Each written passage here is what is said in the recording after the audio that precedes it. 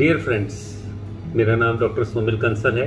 मैं apex hospital Amritsar में chief neurosurgeon हूँ। मेरे पास ओपीडी में बहुत से मरीज आते हैं जिनको कि कुछ बीमारी होती है जिसमें वो चीज़ों को भूल जाते हैं। इसके बारे में मैंने एक वीडियो बनाने की सोची। इस बीमारी के बहुत से कारण हो सकते हैं, जिसमें से एक सबसे कॉमन कारण जो देखने को मिलता है जिसको अल्जाइमर्स डिजीज़ कहते हैं, उसके बारे में मैं ब्रीफ में आपको बताता हूँ। अल्जाइमर्स डिजीज़ ब्रेन की एक बीमारी है जिसमें कि ब्रेन के अंदर के कुछ केमिकल, जिसमें खासतौर से एसिटिलकोलिन है, उसका लेवल कम होने लग जाता है। ब्रेन के अंदर फाइबर्स का प्लाक बनने लग जाता है। फाइबर्स आपस में एंटेंगल हो जाते हैं, मैश बना लेते हैं और वो प्रॉपरली फंक्शन नहीं करते हैं। इस बीमारी का पता चलता है मरीज के कुछ लक्षणों के आधार पर, जिसमें से कि मुख्य है मरीज के छोटी छोटी बातों को भूल जाना। उसने चाबी कहाँ रखी है,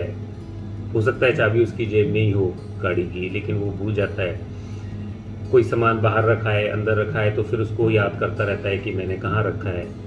ये मेमोरी की जो इनिशियल मेमोरी की डिस्टर्बेंस है, ये एक लक्षण अल्जाइमर्स डिजीज़ का होता है। इसके अलावा कोई बात को याद रख पाना, अपने रिश्तेदारों को प्रॉपर पहचान भी लेते हैं तो कई बार नाम नहीं याद आता, फिर धीरे धीरे वो पहचानना भी बंद कर देते हैं। तो पुरानी बातों को याद कर पाना प्रॉपर तरीके से, मतलब ब्रेन में कोई भी मेमोरी रजिस्टर करना और उसको रिकॉल करना, ये डिस्टर्बेंस आने लग जाता है। इसके बाद होता है जो काम पहले वो आराम से कर लेते थे, जैसे कि कोई मोबाइल का यूज़, मोबाइल में नंबर डायल करना, टीवी के रिमोट का यूज़ करना, कैलकुलेटर यूज़ करना, छोटे मोटे कैलकुलेशन कर लेना, छोटे डिसीज़न ले लेना कि मैंने अभी कहाँ जाना है, बाहर गए तो कहाँ जा रहा हूँ मैं, क्या सामान लेने जा रहा हूँ। इन जो ऑलरेडी लर्न टास्क हैं उनको वो दोबारा से करने में मुश्किल महसूस करने लग जाते हैं और ये बीमारी धीरे धीरे बढ़ने लग जाती है। तो ये प्रोग्रेसिव न्यूरोलॉजिकल डिसऑर्डर हो सकता है। इसके बाद अगर ये एडवांस कंडीशन में जाती है तो बिहेवियरल चेंजेस आने लग जाते हैं। वो जो लोग खूब मजाकिया होते हैं वो मजाक करना कम कर देते हैं, बातचीत करना कम कर देते हैं। जो एक तरीके से डिप्रेशन लाइक फीचर्स आ जाते हैं, एक तरफ बैठे रहते हैं। तो ये बिहेवियरल चेंजेस, बिहेवियरल स्विंग्स होने लग जाते हैं। कभी बड़े खुश हैं, कभी बहुत अभी कुछ बात कर रहे हैं, फिर तुरंत ही कोई और बात करने लग जाते हैं। ये भी एक अल्जाइमर्स का लक्षण हो सकता है। इसके बाद आता है कभी कभी एक्सट्रीम केसेस में उनको यही नहीं पता चलता है कि मैं बाहर जा रहा हूँ तो गर्मी का मौसम है तो गर्मी के कपड़े पहनने हैं, कई बार स्वेटर पहन के बाहर चले जाएंगे। वो बोलेंगे नहीं ये ठीक है, यही पहनना है, ये इस मौसम में तो ही पहनना है। और सर्दियों में वो प्रॉपर्ली कपड़े नहीं पहन के जाएंगे, तो हाफ स्लीव्स की शर्ट में चले जाएंगे। तो ये भी अल्जाइमर्स डिजीज़ का एक लक्षण हो सकता है।